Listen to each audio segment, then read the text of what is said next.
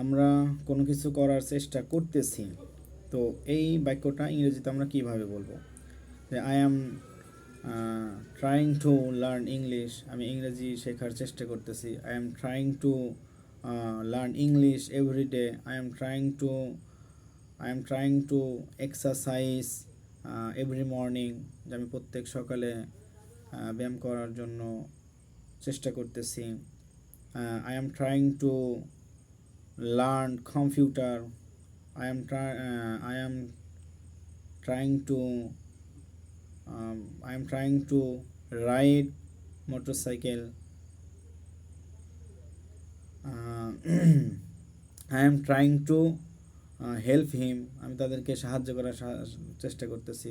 I am trying to help the street children, যে আমি পথ শিশুদেরকে সাহায্য করার চেষ্টা করতেছি।